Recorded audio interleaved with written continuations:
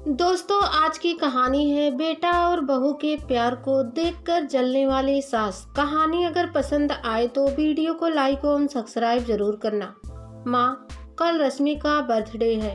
उसे रात को 12 बजे केक काटने का बहुत शौक है, इसलिए आज आपको थोड़ा एडजस्ट करना पड़ेगा। मैं ऑफिस से आता हुआ केक ले आऊँगा, आप उसे फ्रिज में छिपा देना। आज शायद आपको सोने में थोड़ी देर हो जाए। उसे रात को सरप्राइज देंगे। पवन की आवाज में जो उत्साह था वह एक पल में ही खत्म हो गया जब माया ने कहा, यह 12 बजे केक काटने का नाटक मुझे बिल्कुल पसंद नहीं है। दिन में भी तो बर्थडे मना सकते हो, यह सब नहीं चलेगा। बेवजह मेरी नींद खराब होगी। वहीं बैठे हुए सुधीर ने कहा, माया, बहू का पहला बर्थडे है हमारे साथ, बच्चों को अच्छी तरह से जन्मदिन मनाने दो। एक दिन थोड़ी देर से सोएंगे तो क्या हो जाएगा।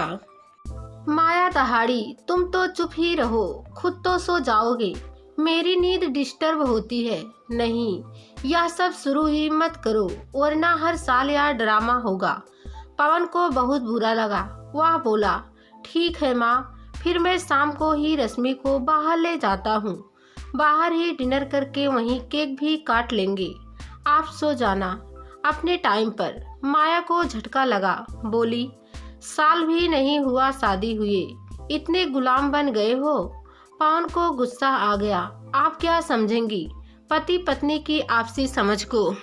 माया चिल्लाई, क्यों नहीं समझूंगी, मैं क्या पत्नी नहीं हूँ तुम्हारे पिता की।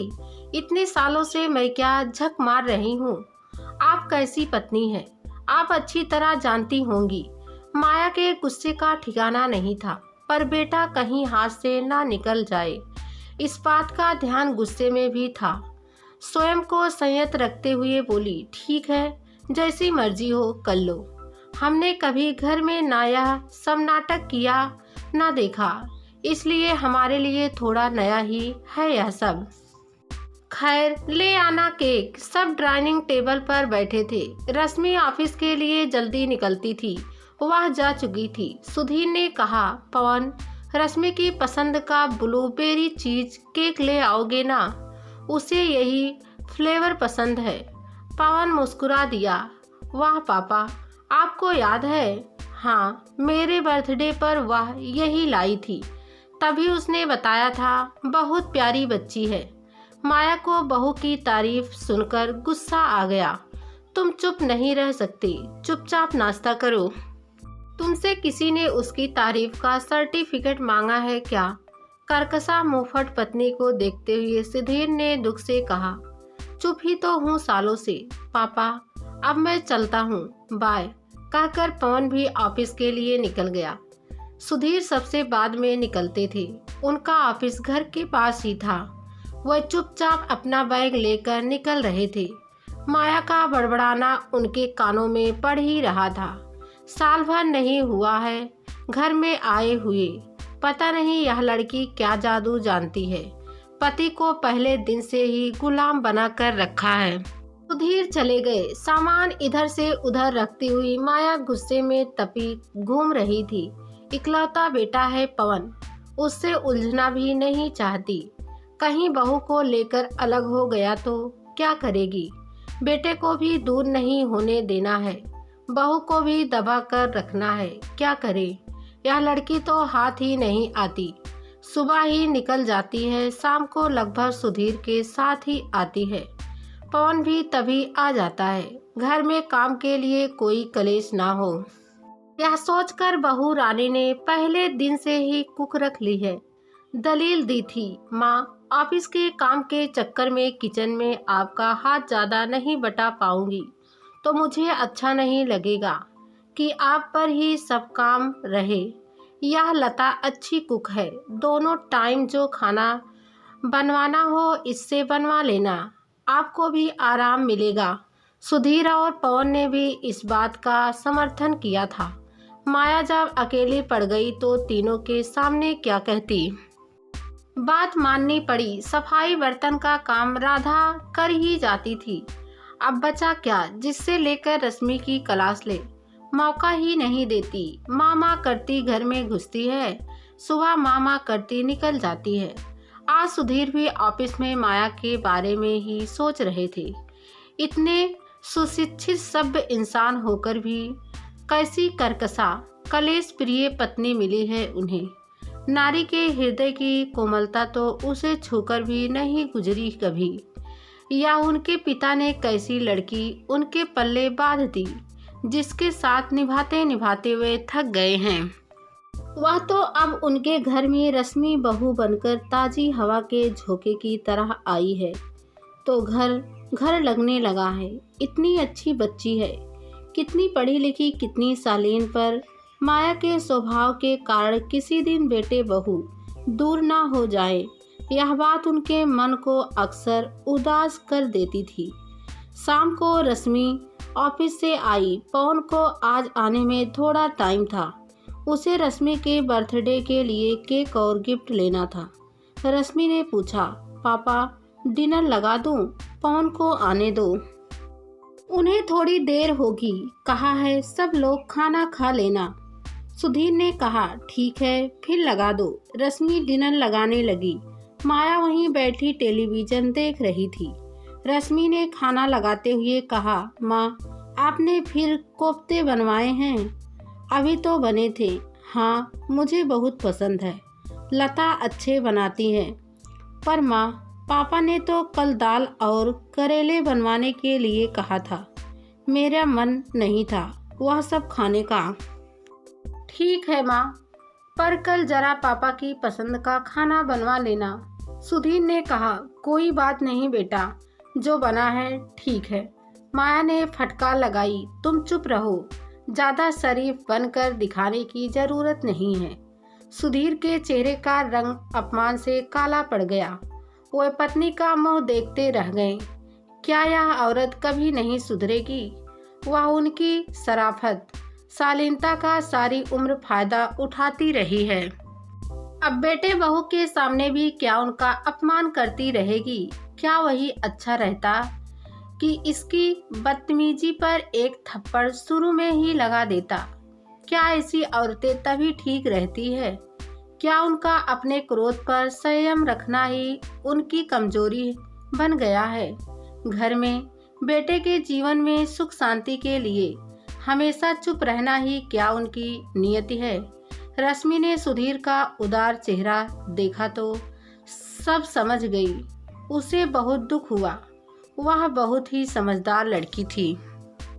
कई बार उनसे पवन से अकेले में मजाक भी किया था। पुरानी ब्लैक एंड व्हाइट फिल्में ज़्यादा तो नहीं देखी, पर जितनी भी देखी और सुनी है, माँ को देखकर ललिता पावर याद आ जाती है।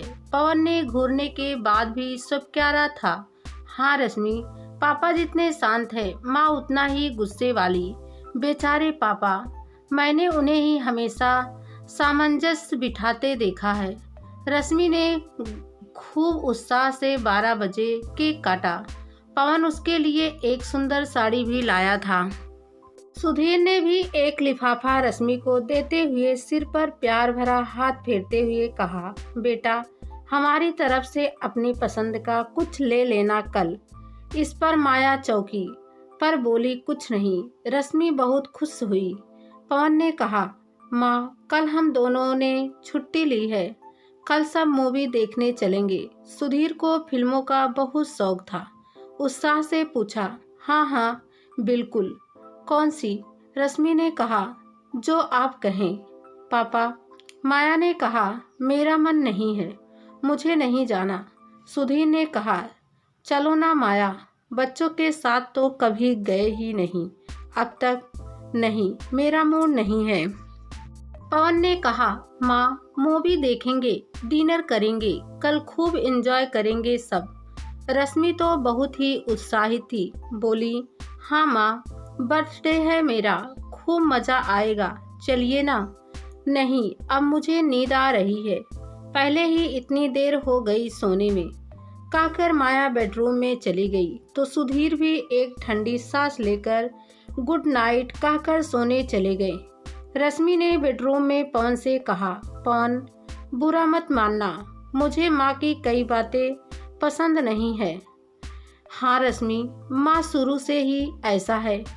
मुझे भी बहुत दुख होता है, पर मैं माँ का यह व्यवहार ज़्यादा सहन नहीं करूँगी। अभी बता देती हूँ। पवन चुप ही रहा। वह तो बचपन से ही माँ का जिद्दी गुस्सैला स्वभाव देखता आ रहा था। सुबह जब रश्मि सोकर उठी तो देखा सुधीर ड्राइंग रूम में रखे दीवान पर सो रहे थे। आहट से उठे तो रश्मि ने पूछा, पापा आप यहाँ क्यों सोए? सोने में माया को देर हो गई तो वह मेरे करवट बदलने से डिस्टर्ब हो रही थी। उसे परेशानी हो रही थी। पर इस गद्दे पर सोने से आपको गर्दन में दर्द होता है ना? हाँ, पर ठीक है, कोई बात नहीं। कोई बात कैसे नहीं पापा, आपको तकलीफ होगी तो यह क्या अच्छी बात है। सुधीर बिना कुछ बोले फ्रेश होने चले गए। सुधीर की इच्छा देखते हुए भी माया मूवी देखने नहीं गई। सुधीर ने ही पवन और रश्मि को भेजते हुए कहा, कोई बात नहीं, हम तुम्हें डिनर पर ज्वाइन करेंगे। बता देना कहाँ आना है। डिनर पर माया आराम से तैयार होकर गई। चारों ने अच्छे मूड में डिनर किया और लौट आए। आज रश्मि मन ही मन बहुत सारी बातें सोच चुकी थी। घर आते ही सुधीर का मोबाइल बजा। बात करने के बाद उन्होंने बताया, माया अगले महीने मुग्धा आ रही है, संजीव भी साथ आएगा। माया गुर्राई, क्यों? अरे उसके भाई का घर है, एक ही तो बहन है मेरी, उसका रश्मि से मिलने का मन है। रश्मि खुश हुई, वाह बुआ जी आ रही हैं, मज़ा आएगा। विवाह के समय भी वह मुझे बहुत अच्छी लगी थी। हाँ, बहुत खुश मिजाज है मेरी बहन। तुम तो चुप ही रहो। माया चिढ़ गई, क्या मज़ा आएगा? गर्मी में किसी के आने पर कितनी परेशानी होती है, तुम्हें क्या पता। रश्मि आज चुप नहीं रह पाई, बोली, माँ पापा ही हमेशा क्यों चुप रहे? उनकी बहन है, अपनी बहन के आने पर वह खुश क्यों ना हो। माया ने रश्मि को डांट दिया, मुझसे बहस करने की तुम्हारी हिम्मत कैसे हो रही है? माँ बहस कहाँ कर रही हूँ, जब से आई हूँ यही तो देख रही हूँ कि पापा कुछ बोल ही नहीं सकते। माया के गुस्से की सीमा नहीं थी। पवन देख रहा है इसकी इतनी हिम्मत।